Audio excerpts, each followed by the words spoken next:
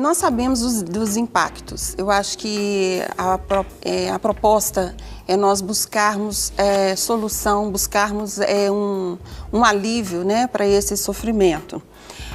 O que acontece muito é o seguinte, eu costumo dizer o seguinte, o pai é como se ele fosse o farol no mar, né? É um farol que não necessariamente ele está presente o tempo todo, mas ele é uma referência para que os barcos não se percam. Então, os filhos, eles também precisam desse farol. Nós sabemos que os pais, mesmo casados, eles não estão o tempo todo com os filhos. Eles saem às 7 horas da manhã e voltam, às vezes, às 7 horas da noite ou até mais. Então, a questão aqui não é a presença física do pai, mas uma referência de pai, de figura paterna. A orientação que a gente sempre passa é assim, infelizmente, se houve um divórcio, que seja facilitado essa figura paterna, né, com mais constância. Então, o que nós orientamos? A guarda compartilhada, né? Nós orientamos que esses pais realmente não gere ali o abandono afetivo. Mas e quando há, assim, esse motivo de disputa aí por essa demanda entre marido e esposa, aí a esposa, não, eu não quero que o fulano visite a criança, isso é crime. Eu não quero que a fulana visite a criança, começa a interromper ou colocar essa barreira aí para a visitação do outro. Isso é crime, né? Isso é alienação parental e isso é crime. Não pode acontecer. Se o casal ali tem as suas questões que ainda não foram resolvidas, eles precisam resolver poupando, né, preservando os filhos e preservando as figuras, tanto de mãe quanto de pai, principalmente. Então, assim, a alienação parental é crime e o abandono afetivo, por seu lado, também é crime. Então, nem o cônjuge que ficou com o filho pode não facilitar ou não permitir ou até proibir as visitas, né, e a participação, e nem aquele que saiu abandonar, ir embora, sumir. Né? Então, esses testemunhos, se a gente for olhar o histórico, a gente vai perceber que provavelmente aconteceu isso. As questões do casal não foram resolvidas, tem casais que divorciam para parar de brigar, mas continuam brigando. Brigam depois. Né? Brigam depois. Briga pelos bens, um relacionamento que já briga... não existe e eles ali permanecem brigando e colocando os filhos no meio dessa bagunça. Né? Essas brigas, o que isso então gera? Por exemplo... Gestão financeira, o pai que tem uma dificuldade na pensão que ele deve dar ali ou deixar para o filho, a disputa pelos bens que a família tem, por exemplo. Como que essas brigas, essas disputas, elas afetam já nesta formação, seja da criança ou ainda do adolescente? É verdade. Quando o casal continua brigando, após o divórcio, é porque eles não divorciaram ainda. Na verdade, existe um papel que eles assinaram, mas não tem divórcio.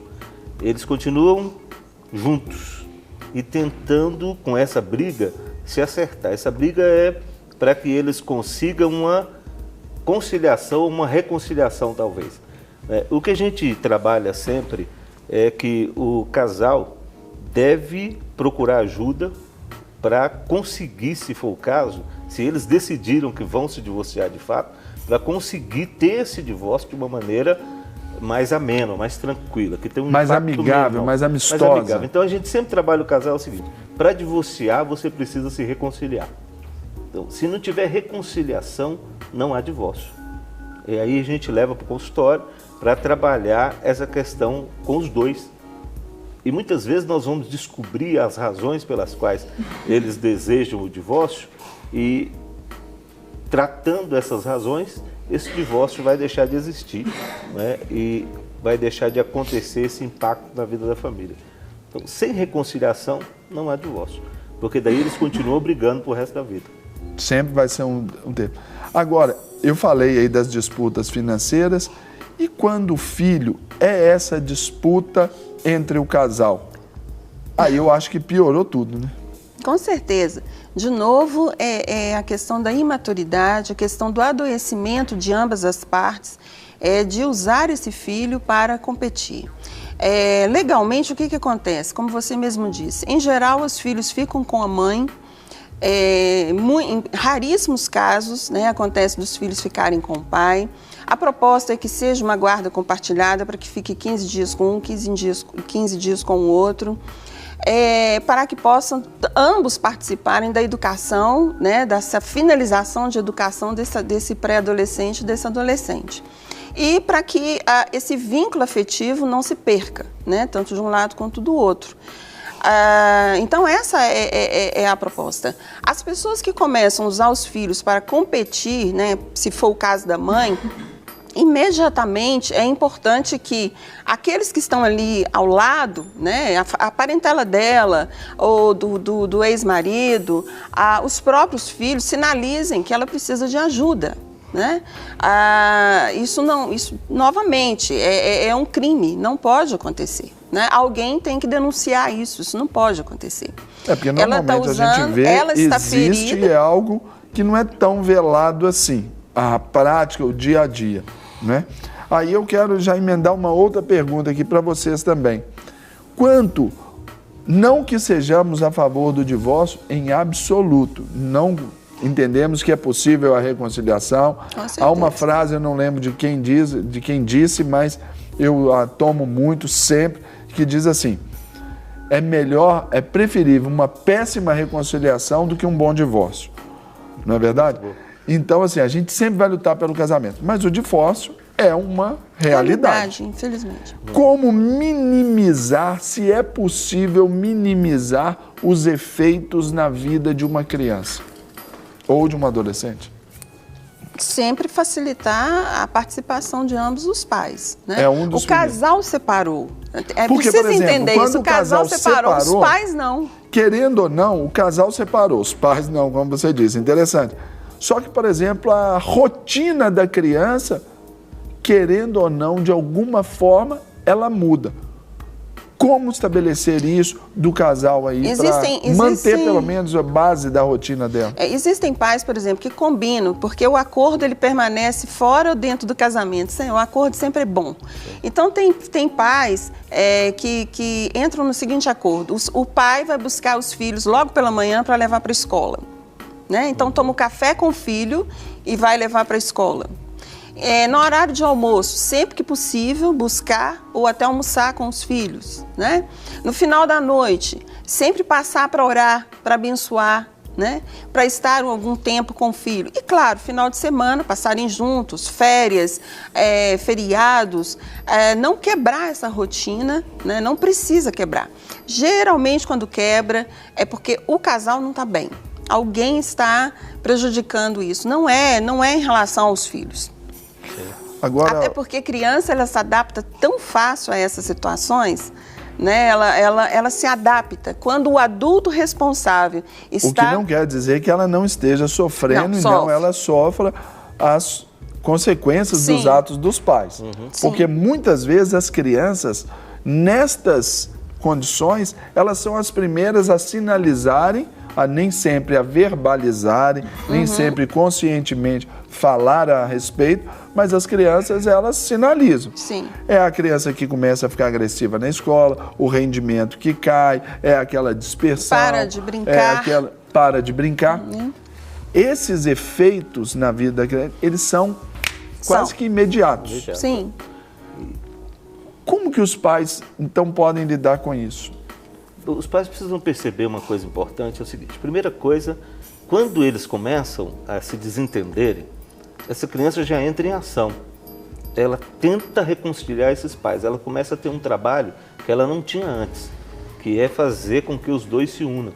Nós temos casos de crianças que têm medo à noite, então ela sai do quarto dela e vai para o quarto dos pais. Em alguns casos, esse medo já demonstra, na verdade, ela não está com medo de monstro ou coisa parecida. Ela está com medo da perda, ela está pensando... Ela está vendo que o barquinho vai virar. Exatamente. Então, ela não dorme... Como a Maria falou, o farol não está referenciando bem, né? Ela está meio ali no mar da vida, ela está meio à deriva ali. Então, esse é um sinal fortíssimo.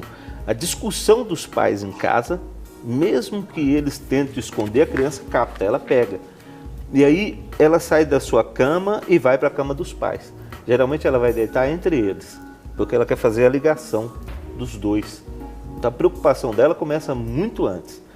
Nesse período, ou após o divórcio, não importa, os pais que falam mal um do outro, para que os filhos saibam, né, eles também estão causando uma destruição. Que é juridicamente alienação parental. Né? Sim. Até porque ele está falando do cônjuge, ele não está falando do pai. Então a mãe, por exemplo, fala assim, é porque o seu pai, não. Ela tem que falar, olha, o meu esposo ou o fulano, né? Ou o meu porque ele não está falando do pai do menino. Exato. O pai do menino, ele é um excelente pai. Ele só não foi um bom esposo para ela, talvez, mas ele pode continuar sendo um excelente pai. Então também tem que haver essa Muito separação importante. na fala. Verdade. A orientação, ela é fundamental, senão se perdem mesmo. Aí eu fico pensando, dentro disso, a criança fazendo esse papel, querendo fazer o papel que não é dela, de ligação. Muitas vezes ela se culpa também. Sim. Sim. Olha, se meus pais estão separando, foi porque depois que eu cheguei. Porque até então estava tudo bem, então eu sou o problema. Isso também tem um efeito devastador na vida ali desse indivíduo, né? Gera angústia e esse sentimento de culpa ele pode carregar. Agora, Tanto é que filhos, é muito interessante isso, filhos sempre vão desejar a reconciliação do pai. Sim. Eles podem estar divorciados há 30 anos. A ideia do filho é, meu pai e minha mãe podia, né? Tá junto. a minha experiência Superar de isso. fé baseada nisso. Sim. Até. Quando eu vim para Deus, foi basicamente por causa daquele vazio que eu encontrei em mim, mas motivado também ali, potencializado também pela separação dos meus pais. Uma coisa importantíssima que ela disse, que eu queria reforçar aqui, Claro. para ficar bem definido, que a criança não entende nada de relacionamento entre marido e mulher. Ela entende paternidade. É isso que ela estava colocando. Então, quando se fala mal do meu pai, para mim, ele é um excelente pai. Então, meu pai não tem defeito nenhum, não tem problema nenhum. Minha mãe não tem defeito Minha nenhum. mãe não tem defeito nenhum, não tem problema nenhum. Então, o problema está aqui entre eles. Só que eles tentam distribuir isso para as crianças. É uma dimensão que a criança não chega. Então é um peso extra para a criança. Sim, ela não alcança isso. Ela jamais vai poder entender o que está se passando. Você quer ver outra coisa importante dentro disso? Nos lares comuns que não estão entrando em divórcio, só estão tendo uns probleminhas normais do relacionamento, os pais brigam em público e fazem as pazes em secreto. Entende? Então a criança não vê as pazes acontecer. E aí aquela criança, ela fica pensando, meu pai e minha mãe, eles têm um problema. Olha a minha mãe sorrindo para ele. Eles brigaram 3 dias atrás e tal. Lá na casa da minha avó, foi aquele barraco Sim, lá, meu tal. cunhado entrou. E eu não entendo porque a minha mãe aceita esse homem, ou porque meu pai aceita essa mulher. Então, eles não veem as pazes, os pais não dizem, fizemos as pazes. Entende? Nos perdoamos. Nos perdoamos, estamos nos amando. Que é a base de um casamento. Olha, perdoa porque eu te expus lá aquele dia. Até o pedido de perdão para aquela própria criança. Sim. Que eu acho que isso também é importante nesses efeitos. No caso, aí a gente está falando de um caso feliz, de um case de sucesso. Brigaram e consertaram, ainda que não da forma correta. Mas no divórcio só fica o lado errado. Isso que tem que ser frisado, né? Agora eu pergunto para vocês, a gente, né, o nosso tempo aqui, a gente briga com ele, é uma situação. Mas eu quero falar sobre a questão, por exemplo, da guarda das crianças. Quando você falou a respeito lá de guarda compartilhada, muitas vezes a guarda ela é um motivo de disputa entre cônjuges. Então eles vão querer ser os melhores pais segundo as armas que têm. Tempo da mãe, 15 dias da mãe.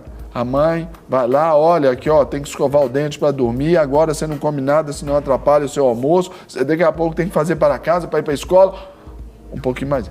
Aí de repente o pai, um pouquinho mais tranquilo, não, pode comer, não, assiste aqui o jogo comigo, o jogo vai acabar meia-noite, amanhã você tem que acordar cedo, tá tudo certo. E aí fica uma disputa velada de princípios, valores, comportamentos. Isso não atrapalha essa a formação da criança, até por essa disputa entre eles? De novo, cabe a orientação desse casal que se separou para que eles tenham o acordo. O acordo sempre tem que continuar. Um não pode desautorizar o outro, né? E manter os valores que tinham quando juntos.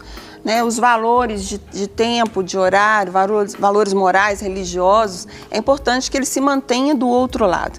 Agora, nós sabemos, Serginho, que enquanto mãe, a mãe ela educa, o pai ele disciplina, mas acaba que o pai, se a gente for olhar no contexto assim, o pai sempre é mais leve, ele pega mais leve, até porque se ele pegar muito pesado também, ele pode até afastar, né? Porque então o pai ele é mais sempre casado, dentro de casa ou fora, ele sempre vai ser mais leve. A tendência é ser um pouquinho mais flexível. Então o filho ele lida bem com isso também. Ele começa a se adaptar. Na casa do meu pai eu posso isso, na casa da minha mãe, né? Eu não posso. Porque então, a criança normalmente aí ela tem aquele lado dela de falar assim, mas lá na casa do meu pai ele me deixa fazer.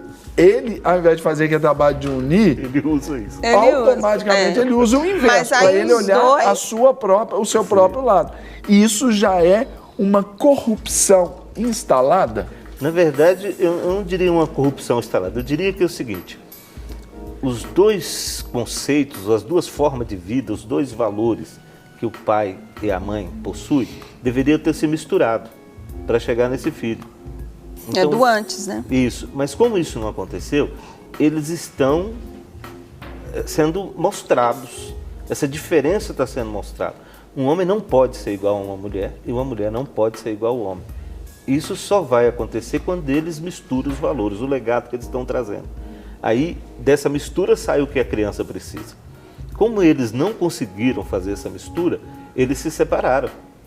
Nessa separação, ele está tentando preservar seus valores, sua forma de vida, seu sistema familiar. E ela fazendo a mesma coisa. Então, quando eles vão passar para os filhos, eles vão passar com todo zelo o seu sistema. Eles não querem respeitar o sistema do outro.